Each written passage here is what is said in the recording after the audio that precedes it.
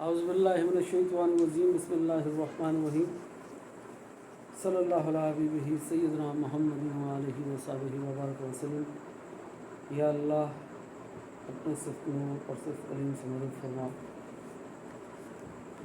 سورۃ الجن آیت نمبر 26 سے 27 تک کا ترجمہ پڑھیں گے۔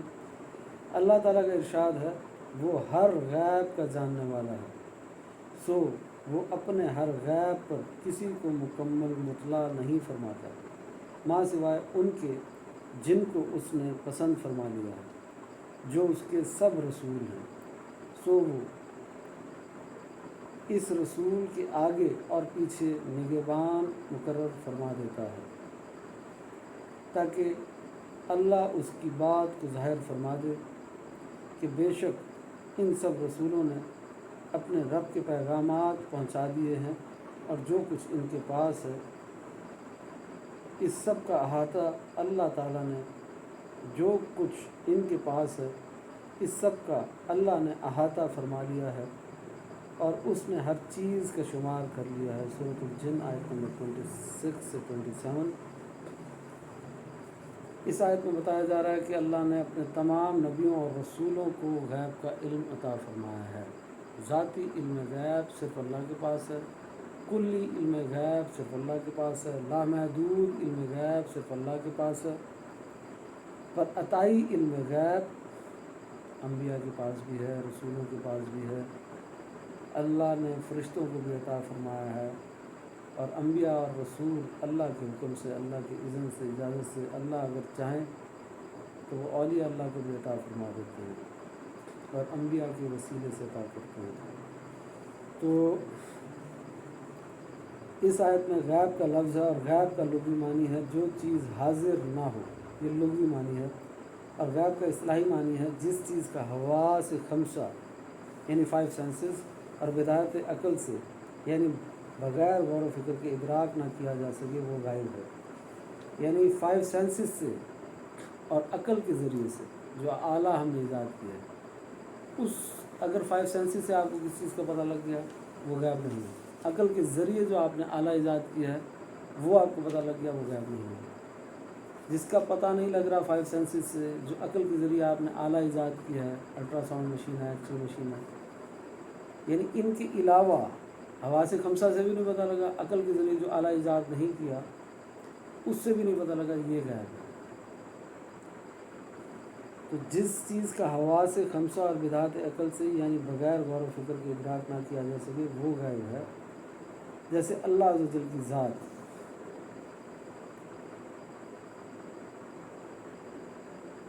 سب سے بڑھ کر غائب کون ہے؟ اللہ پاک کی ذات سب سے بڑھ کر غائب ہے، پھر جنت غائب ہے، پھر دوزخ غائب ہے، کیونکہ ہم اللہ کی ذات کو حواس خمسہ سے دیکھ سکتے ہیں، نہ ہم نے کوئی ایسی مشینیں ایجاد کی ہے عقل سے، کوئی اعلیٰ ایسا ایجاد کی جس سے اللہ کو دیکھا جا سکے، نہ ہم جنت دوزخ کو دیکھ سکتے ہیں، حواس خمسہ سے بھی نہیں پتہ لگ سکتا، 5 سینسز سے، نہ عقل کے ذریعے کوئی ایسا اعلیٰ ایجاد کیا، تو یہ غائب ہے۔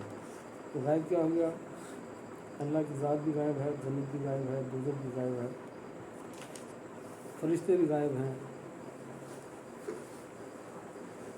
تو یہ سب معاملات غائب کے ہیں۔ اور غائب کی 2 قسمیں ہوتی ہیں، ذاتی اور عطائی۔ ذاتی وہ ہے جو اللہ کے پاس ہے، اس کو کسی نے نہیں دیا، وہ اس کا اپنا ہے، وہ ذاتی ہے، اور عطائی ہے وہ جس کو چاہے اپنے انبیاء اور رسولوں میں سے دیتا ہے، جیسے اس آیت میں ہے، اور چاہے تو انبیاء اور رسولوں کو وحی کے ذریعے سے دیتا ہے، اور چاہے تو اولیاء اللہ کو کشف اور احلام کے ذریعے سے دیتا ہے۔ اللہ تعالیٰ کے غیر پر عالم غیب کا لفظ کا اطلاق جائز نہیں۔ اب اس بات کو پڑھتے ہیں کہ عالم الغیب کا لفظ کیا اللہ کے علاوہ کسی کے لیے بولا جا سکتا ہے؟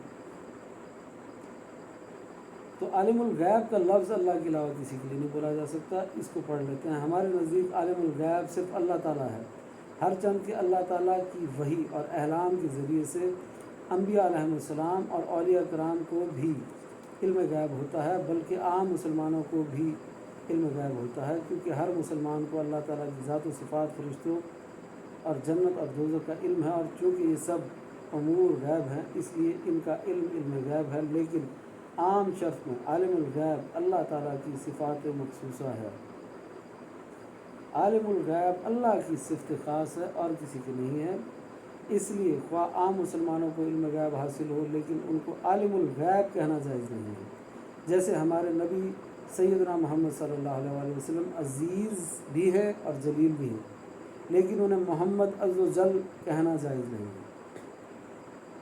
حضور غالب بھی ہیں، عزیز کا مطلب غالب، عزت والے بھی ہیں، جلیل بھی ہیں، یعنی عزت والے مرتبے والے بھی ہیں، بزرگ بھی ہیں۔ عزیز اور جلیل ہونے کے باوجود بھی انہیں محمد عز و جل تو نہیں کہا جا سکتا، کیونکہ یہ لفظ اللہ کے لیے خاص ہے۔ جیسے آپ صاحب برکت اور صاحب علو بھی ہیں، یعنی اعلیٰ درجے والے بھی ہیں، برکت والے بھی ہیں، لیکن آپ کو محمد تبارک و تعالیٰ کہنا جائز نہیں ہے۔ ایسے آپ کو علم غیب عطائی اللہ نے عطا فرمایا ہے، علم غیب آپ کو عطا فرمایا، ہر رسول کو عطا فرمایا۔ ہر نبی کے ساتھ یہ تین معاملات ہونا لازمی ہے۔ ہر نبی پر وحی نازل ہوتی ہے، ہر نبی کے پاس معجزہ ہونا لازمی ہے، ہر نبی کے پاس علم غیب عطائی ہونا لازمی ہے۔ ان تین صفات میں سے کوئی ایک صفت کا بھی انکار کر دے وہ دائرہ اسلام سے خارج ہو جائے گا۔ وہ کہیں جی یہ اختلافی مسئلہ، کوئی اختلافی مسئلہ نہیں، پوری امت کا اتفاق ہے۔ ان کا ہم نے علماء سے سنا ہے، وہ کہتے ہیں علم غیب نہیں، وہ کہتے ہیں عالم الغیب کا لفظ نہیں بولنا۔ وہی میں عرض کر رہا ہوں کہ عالم الغیب کا لفظ اللہ کا خاصہ ہے۔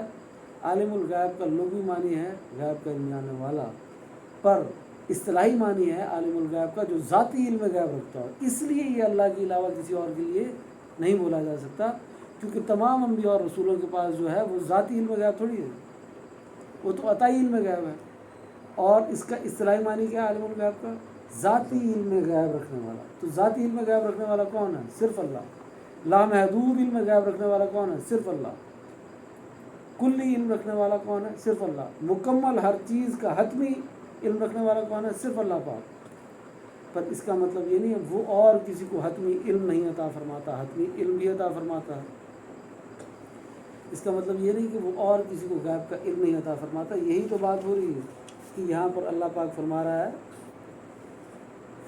سورۃ الجن آیت نمبر 26 اور 27 میں کہ وہ ہر غیب کا جاننے والا ہے، سو وہ اپنے ہر غیب پر کسی کو مکمل مطلع نہیں فرماتا ماں سوائے ان کے جن کو اس نے پسند فرما لیا ہے جو اس کے سب رسول ہیں۔ تو وہ اپنے تمام انبیاء اور رسولوں کو غیب کا علم دیتا ہے۔ تو غیب کی دو قسموں پر بھی بات ہوگی، غیب کا لغوی معنی بھی ہو گیا کہ غیب جو چیز حاضر نہ ہو، اور اصطلاحی معنی بھی ہو گیا جس چیز کا حواس خمسہ اور بدہاد عقل سے یعنی بغیر غور و فکر کے ادراک نہ کیا جا سکے۔ اور اب عالم الغیب کی بھی بات ہوگی کہ لفظ بے شک یہ خوبی انبیاء میں موجود ہے اللہ کی دی طاقت سے، پھر بھی یہ لفظ نہیں بولا جا سکتا۔ اب ان کا پوری امت کا اجماع ہے، تمام علماء کا اس کو اجماع ہے، کوئی بحث نہیں ہے۔ ان کا ہم نے دیوبندی صاحب کو سنا یا اہل حدیث صاحب کو سنا، وہ تو کہہ رہے تھے کہ آپ کہہ رہے نہیں، فلاں کو سنا، کسی وہابی صاحب کو سنا، وہ کہہ رہے تھے نہیں، ایسا نہیں، کوئی یہ نہیں کہہ سکتا۔ تو پھر وہ کیا کہہ رہے تھے؟ وہ کہہ رہے یہ ہوں گے کہ ذاتی علم غیب نہیں ہے۔ بحث اس معاملے میں ہوتی ہے کہ ذاتی علم غیب کس کے پاس نہیں ہے، عطائی علم غیب میں کیا بحث ہونی ہے؟ بحث یہ ہو رہی ہوگی، جو آپ نے پروگرام سنا ہوگا اس میں بحث یہ ہو رہی ہوگی کہ کلی علم غیب نہیں ہے، جتنا اللہ نے چاہا اتنا ہے، اس میں تو کوئی اعتراض نہیں ہے۔ بحث یہ ہو رہی ہوگی کہ اس کو علم غیب کہنا چاہیے یا غیب کی خبریں کہنا چاہیے، یہ بحث ہو رہی ہوگی۔ یہ تو بات ہی نہیں ہے کہ علم غیب نہیں ہوتا، وہ تو نبی اور رسول ہو ہی نہیں سکتا جس کے پاس غیب نہ ہو۔ وحی کے ذریعے سے غیب کی خبریں آتی ہیں، اور ہر نبی اور رسول کے پاس معجزہ ہونا، وحی ہونا اور عطائی علم غیب ہونا لازمی ہے۔ اس میں سے ایک کا بھی انکار کرنا کفر ہے، دائرہ اسلام سے انسان خارج ہو جاتا ہے۔ اب بات یہ ہے کہ جو تیسری میں نے بتائی کہ علم غیب عطائی ہونا لازمی، یہ تو وحی میں پہلے سے شامل ہے، اس کی ایکسپلینیشن ہے یہ، کیونکہ یہ وحی میں پہلے سے شامل ہے کہ وحی کے ذریعے سے علم غیب عطا ہوتا ہے۔ آپ اس میں بحث کر کے علم غیب کہیں یا غیب کی خبریں کہیں، بہرحال غیب تو پہنچایا جاتا ہے۔ اور اس میں دیکھتے ہیں آگے کہ ہر کسی کا یہاں پہ ایک یہ تبیان القرآن تفسیر ہے، میں اس کی جلد نمبر 12 پڑھ رہا ہوں، اور یہ بڑی ڈیٹیل تفسیر ہے۔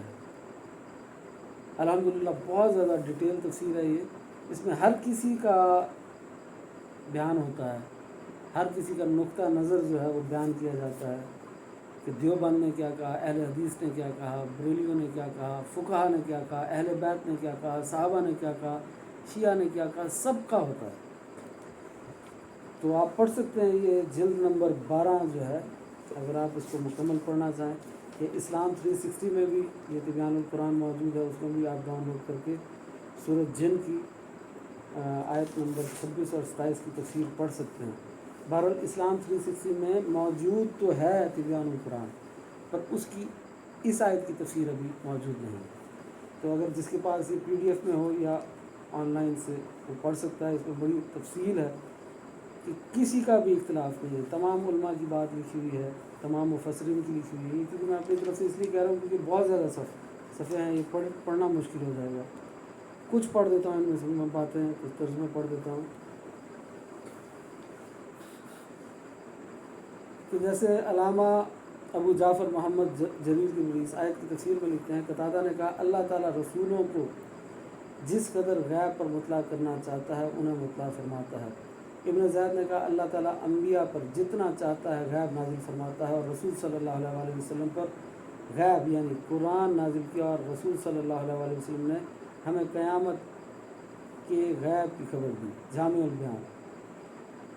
علامہ علی بن محمد الماوردی نے بھی ان دونوں قولوں کو نقل کیا ہے، اور علامہ علی بن احمد الوہابی لکھتے ہیں کہ اللہ تعالیٰ کو جس غیب کا علم ہے وہ عام لوگوں میں سے کسی کو اس پر مطلع نہیں فرماتا ما سوائے رسولوں کے، کیونکہ اس غیب سے ان کی نبوت پر استدلال کیا جاتا ہے تاکہ وہ معجزے سے غیب کی خبر دیں۔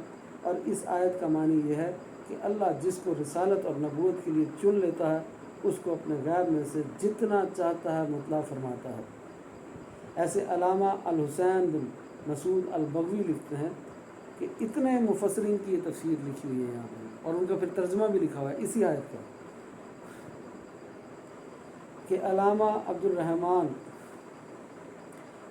الحسین بن المسعود البغوی لکھتے ہیں کہ وہ عالم الغیب ہے یعنی اللہ پاک، پس وہ اپنے غیب پر کسی کو مطلع نہیں فرماتا ما سوائے ان کے جن کو اس نے چن لیا ہے جو اس کے سب رسول ہیں۔ ایسے اور بہت ہیں، یہاں پہ امام فخر الدین رازی بھی ہیں۔ آگے علامہ عبد الرحمن بن علی بن محمد الجوزی الحنبلی ہیں۔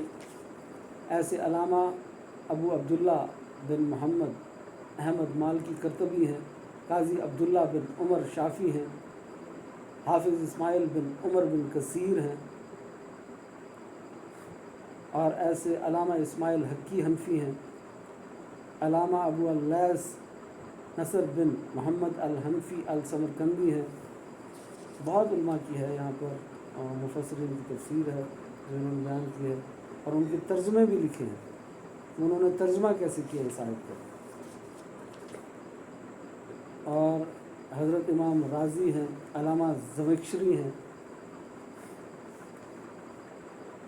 اور یہاں پر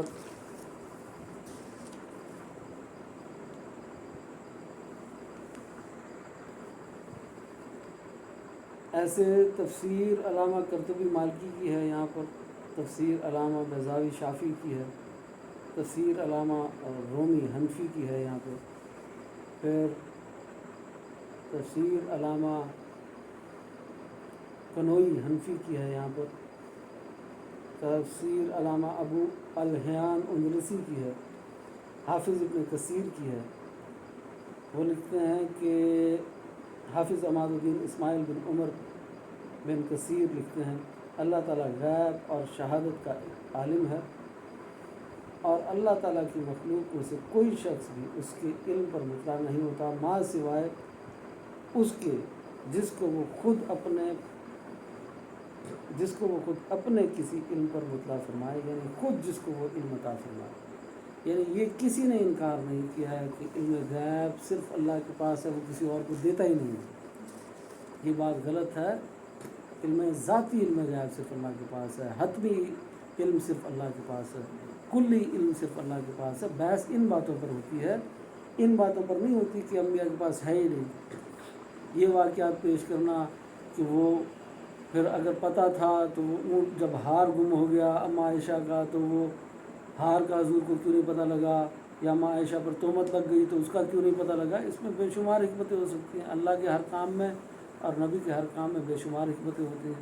یہ حکمت بھی ہو سکتی ہے کہ اگر آپ بتا دیتے کہ اونٹ کے نیچے، اس کی پہلا عام جواب تو یہ ہے اس بات کا کہ جب کلی علم غیب صرف اللہ کے پاس ہے، ہر چیز کا علم نہیں دیا گیا، ہو سکتا ہے ان واقعات کا علم نہ دیا گیا. سیدھا سا جواب تو یہ ہے. دوسری بات کہ ان کا علم دیا گیا ہو اور حضور خاموش رہے ہوں. اب خاموش رہنا علم غیب کی نفی تو نہیں ہے. کتنے معاملات ایسے ہوتے ہیں جس کو آپ جانتے ہوتے ہیں، آپ جانتے ہوتے ہیں کہ اس کا جواب یہ ہے، پھر بھی کسی حکمت کی وجہ سے آپ خاموش رہتے ہیں. پھر اس کا اور جواب کہ اگر اس ہار کی حضور خبر دے دیتے تو وہ تو قافلہ چلا جاتا. جب قافلہ چلا جاتا تو وضو کا پانی ختم ہی نہ ہوتا. تو وہ قافلہ حضور نے ہار کی خبر جو ہے نہیں دی، قافلہ وہاں رکا رہ گیا، وضو کا پانی رات کو ختم ہو گیا تو تیمم کی آیات نازل ہو گئی. تو کتنی بڑی حکمت تھی. ایسے اگر حضور بتا دیتے کہ امہات المومنین جو ہیں اماں عائشہ کے اوپر جو تہمت لگی ہے، بتا دیتے حضور پہلے تو وہی والی بات کہ ہو سکتا ہے نہ بتایا اس کے بارے میں اللہ نے، باقی کا بتا دیا اس کا نہیں بتایا. پر اگر بتا دیے تو کوئی اور حکمت ہو سکتی ہے. اگر حضور فوری طور پہ اس کا جواب دے دیتے تو منافقین کہتے ہیں کہ اپنی عزت کو محفوظ کرنے کے لیے انہوں نے خود سے بات گھڑ لی. تو بنا حضور اللہ. اور جن مسلمانوں کے دل میں شک تھا ان کا شک مزید بڑھ جاتا.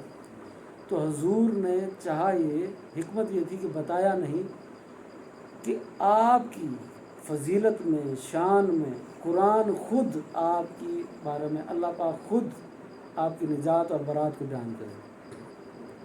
اس لیے نہیں بتایا تاکہ تا قیامت تک کے لوگوں کو، جتنے بھی مومنین مسلمان ہیں، وہ جو بھی قیامت تک مسلمان ہوتا رہا ہے، جو بھی اس کو پتہ لگتا رہا ہے کہ اماں عائشہ پہ تہمت لگی تھی، وہ قرآن اٹھا کے پڑھ لے کہ قرآن نے بتایا کہ تہمت لگانے والے جھوٹے تھے، اماں عائشہ پاک اور صاف تھی. اور اس میں یہ بھی حکمت ہو سکتی کہ حضور اس وقت بتا دیتے. منافقین نے تو تب بھی نہیں ماننا تھا حضور کے بتانے سے، پر وہ کچھ کے دل میں شک تھا مسلمانوں کے، ان کے دل میں جو شک ہے وہ مزید بڑھ جاتا. یہ بھی تھا کہ وہ کہتے یہ حدیث ہے صرف. یہ بھی تو حکمت ہو سکتی ہے نا کہ اگر حضور بتا دیتے تو وہ حدیث ہو جاتی. تو آج اتنے لوگ ہیں جو کہتے ہیں ہم حدیث کو نہیں مانتے، قرآن سے دکھاؤ. تو پھر قرآن سے کہاں سے دکھاتے؟ پھر آج یہ بھی تو حکمت ہو سکتی ہے کہ وہ کہہ دیتے یہ تو جی حدیث سے ثابت ہے اور یہ حدیث تو حدیث ضعیف. تو پھر آپ کیا کرتے؟ آیت کے بارے میں تو نہیں کہہ سکتے. کتنی حکمتیں ہوتی ہیں. اس لیے یہ لازمی نہیں ہوتا کہ آپ اپنی سوچ سے ایسے نتیجے نکالتے رہ جائیں. جب قرآن سے کوئی چیز واضح حکم ثابت ہو جائے یا حدیث سے کوئی چیز واضح طور پہ ثابت ہو جائے اس کا انکار نہیں کرنا چاہیے. خود سے اپنے عقلوں کے گھوڑے نہیں دوڑانے چاہیے کہ پھر یہ کیوں نہیں ہوا، یہ کیوں نہیں ہوا. بے شمار حکمتیں ہوتی ہیں اس بات میں. اور وہ یا تو دعویٰ کر رہے ہو کہ کلی علم غیب ہے، کلی علم غیب کی تو بات ہی نہیں کر رہے، یعنی لامحدود علم غیب تو صرف اللہ کے پاس ہے، انبیاء کے پاس محدود ہے. بہرحال نبی پاک کو جو محدود علم غیب دیا گیا ہے وہ بھی اتنا لامحدود ہے کہ اس کا اندازہ مخلوق نہیں لگا سکتی. کہ زمینوں آسمانوں کا، تمام کائناتوں کا، ماکان سے ما یکون تک کا سب علم غیب دیا گیا ہے. اس میں وہ سب بحث ہے حدیثوں کے ساتھ، مزید آیتیں بھی لکھی گئی ہیں اور وہ ساری بحث ہے حوالوں کے ساتھ. تو اس میں جیسے آپ سورۃ جن الجن کی آیت نمبر 26 کی تفسیر جو ہو رہی ہے، یہ غیر مقلد عالم شیخ شوقانی، یعنی جو اہل حدیث کے عالم ہیں، ان کی بات پڑھتے ہیں. یہ کیا لکھتے ہیں کہ شیخ محمد بن علی بن محمد شوقانی لکھتے ہیں کہ قرآن مجید کی اس آیت سے یہ واضح ہو گیا کہ اللہ تعالیٰ اپنے چنے ہوئے رسولوں کو جس قدر غیب پر چاہتا ہے مطلع فرماتا ہے. پس کیا رسول کے لیے جائز ہے کہ اللہ تعالیٰ نے اس کو جس قدر غیب پر مطلع فرمایا ہے اس میں سے وہ اپنی امت کے بعض افراد کو مطلع فرما دے؟ میں کہتا ہوں ہاں یہ ہو سکتا ہے. ان کا پہلے تو اس آیت سے یہ ثابت ہو گیا کہ غیب کا علم دیا جاتا ہے، پھر اس سے یہ ثابت ہو گیا کہ نبی اس علم کو آگے بھی دے سکتا ہے. اور جو کہیں نا کہ اہل حدیث اس بات کو نہیں مانتے یا دیوبند اس بات کو نہیں مانتے، تو ان کے بڑے عالم ہیں یہ جن کی تفسیر میں پڑھ رہا ہوں.